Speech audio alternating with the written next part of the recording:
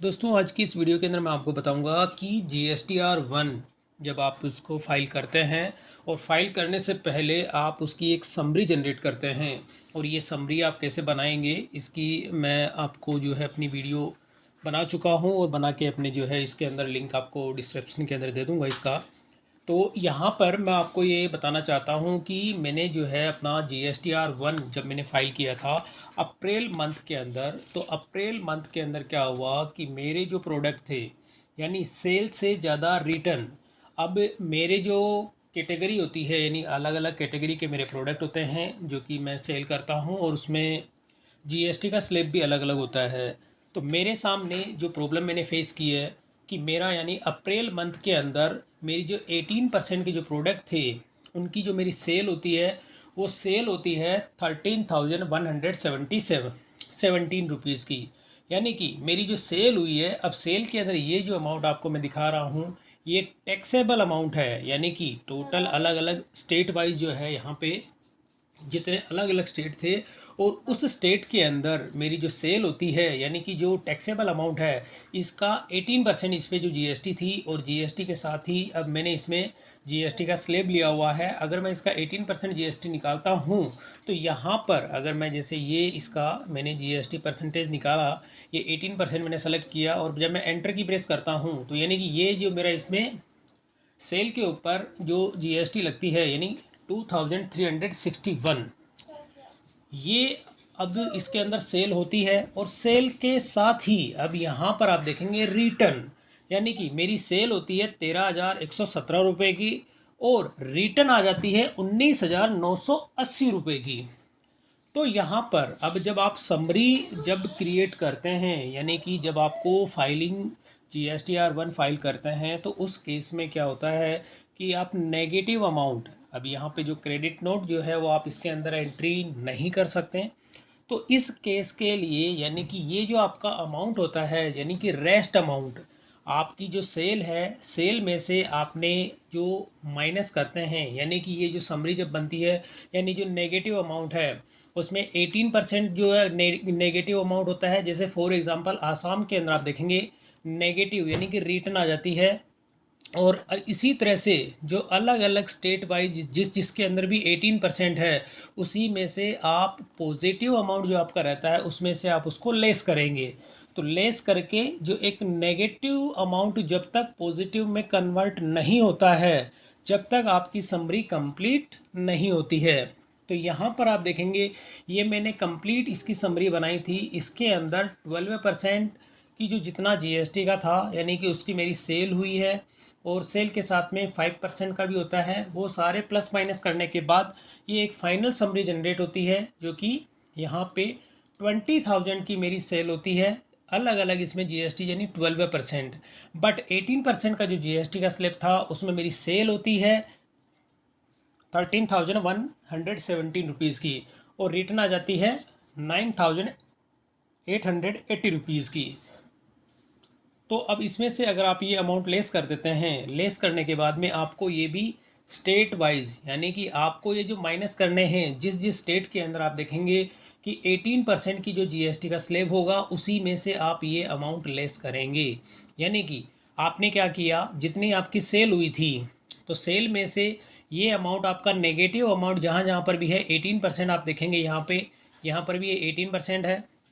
जो कि negative amount है और ये भी आपका नेगेटिव अमाउंट है। यानी कि जितने भी आपके नेगेटिव अमाउंट है 18% के, अब वहाँ पर आप क्या करेंगे कि जो दूसरे स्टेट के अंदर जितना आपका 18% का जो पॉजिटिव अमाउंट है, ये मैं जो जितना हाईलाइट कर रहा हूँ ये सारे के सारे अभी आप देखेंगे ये जो रिटर्न जो आती है 18% की जो मेरी जीएसटी थी अप्रैल मंथ की जो मैंने समरी बनाई थी ये वो इसमें हाईलाइट मैंने किए हैं इसके अंदर। तो अब यहाँ पर आप देखेंगे ये मैंने इसमें हाईलाइट कर दिए। तो अब यहाँ पर आप देखेंगे जितने भी थे 18% के जो थे उनको मैंने यहाँ पे हाईलाइट कर दिए। अब करने के बाद अब ये जो नेगेटिव अमाउंट है इसको आप बाकी के स्टेट में जो पॉजिटिव अमाउंट है जिसको कि मैं यहाँ पे ग्रीन कलर में हाईलाइट करता हूँ, तो इसको मैंने अंडू किया और अब जैसे यहाँ पे बाकी के स्टेट के अंदर जैसे आप देखेंगे 18% है यहाँ पे ये पॉजिटिव है और यहाँ पर भी ये पॉजिटिव है। और ये 18%, ये भी पॉजिटिव है। तो जिस जिस स्टेट के अंदर 18% यानी जो जो पॉजिटिव अमाउंट है, ये जो मैं ग्रीन कलर के अंदर हाईलाइट कर रहा हूँ ये,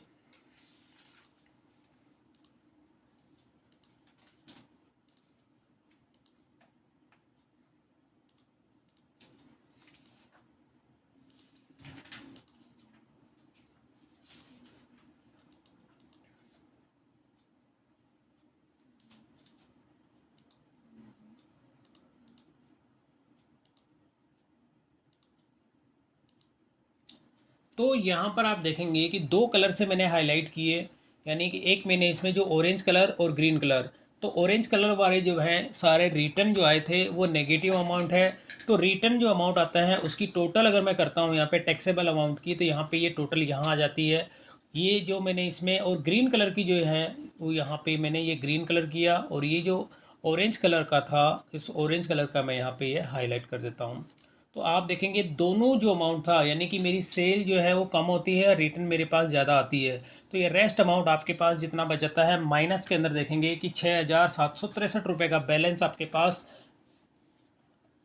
बचता है। तो अब आपको क्या करना होता है, जब आप अप्रैल मंथ के अंदर आपने जीएसटी फाइल कर दी, अब करने के बाद में ये जो रेस्ट अमाउंट है, इस रेस्ट अमाउंट को आपको मेंटेन करके रखना है। मेंटेन से मीनिंग ये है कि आपको अपने कहीं पर भी समरी जब आप बनाते हैं उसके अंदर आपको इसको नोट करके रखना है। और अब ये जो अमाउंट है, इस अमाउंट को आप जो नेक्स्ट मंथ, यानी कि ये मेरी जो समरी थी अप्रैल मंथ की थी, अब यहाँ पे जो 12% है उसकी जो सेल आपकी ज़्यादा है, बट यहाँ पे आप 18% की अगर आपकी रिटर्न है तो आप उस 18% में से ही लेस करेंगे। जो 12% का जो आपका है उसमें से आप इसको लेस नहीं कर सकते, क्योंकि अगर आप ऐसा करते हैं तो वो गलत होता है। तो यहाँ पर आपको जो 18% यानी कि आपके जिन जिन प्रोडक्ट के अंदर 18% जीएसटी थी, केवल आप उन्हीं में से आपकी रिटर्न का जो अमाउंट है वो आप लेस करेंगे। 12% है या इससे अबाव है तो उसमें से आप अपना जो रिटर्न का जो जीएसटी का स्लैब है वो आप इसमें से लेस नहीं करेंगे।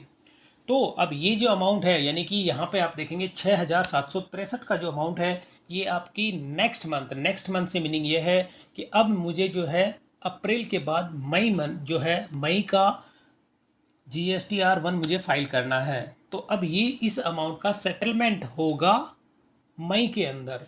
तो अब मैं इसको जो मिनिमाइज़ करता हूँ और यहाँ पर मैं जो अपनी अप्रैल जो देखेंगे आप मई, तो यहाँ पर मेरी ये मई मंथ की जो है ये समरी मैंने यहाँ पे बना रखी है। और टोटल आप देखेंगे यहाँ पे मेरी मई के अंदर जो टोटल सेल होती है 94,630 रुपीज़ की मेरी सेल होती है। तो यहाँ पर जो मेरा अमाउंट था, यानी अप्रैल के अंदर, तो यहाँ पे वो उस अप्रैल मंथ के अंदर जो मेरा अमाउंट था उस अमाउंट को मैं यहाँ पे नोट करता हूँ, यानी कि वो जो समरी थी जो मैंने ये बनाई थी, अब ये वाला अमाउंट है, इस अमाउंट को मैं यहाँ से कॉपी करता हूँ।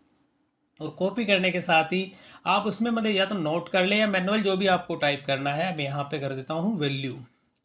तो अब ये जो अमाउंट आपके सामने आता है ये आपका 18% की जो जीएसटी थी उसकी रिटर्न है आपकी। यहाँ पे मैं लिख देता हूँ उस पर 18% जीएसटी रिटर्न अमाउंट।